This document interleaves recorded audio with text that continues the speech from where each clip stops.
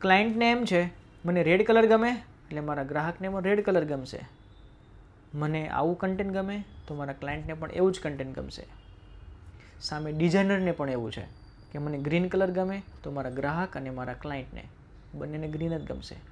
તમારા બિઝનેસમાં તમારો લોસ ત્યાં જ છે કે તમે ખુદની પસંદગી પર જાઓ છો. જે યુઝર છે ને એની પસંદગી પર તમે નથી જતા.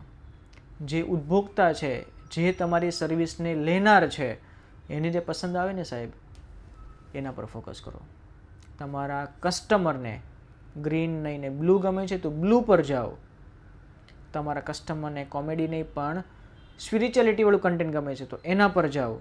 તમારા કસ્ટમરને અવેરનેસ કન્ટેન્ટ ગમે છે તો અવેરનેસ પર જાઓ. તમે એને સેલ ના કરો.